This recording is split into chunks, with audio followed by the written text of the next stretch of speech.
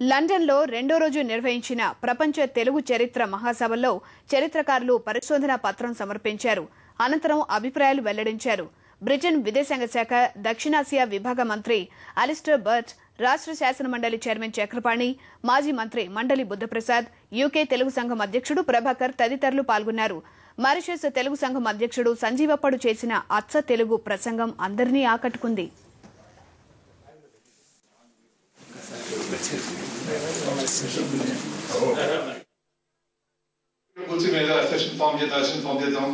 Students ని వాళ్ళ help చేస్తున్న వీసాల గురించి లేకపోతే వాళ్ళ వీసాల గురించి ఏ ఉన్నాయి ఆపర్చునిటీస్ ఉన్నాయి చెప్పడానికి, వాళ్ళ ఎడ్యుకేషన్ ఆపర్చునిటీస్ చెప్పడానికి, లేకపోతే బిజినెస్ ఆపర్చునిటీస్ చెప్తూ ఉంటాం స్టూడెంట్స్ అనమాట.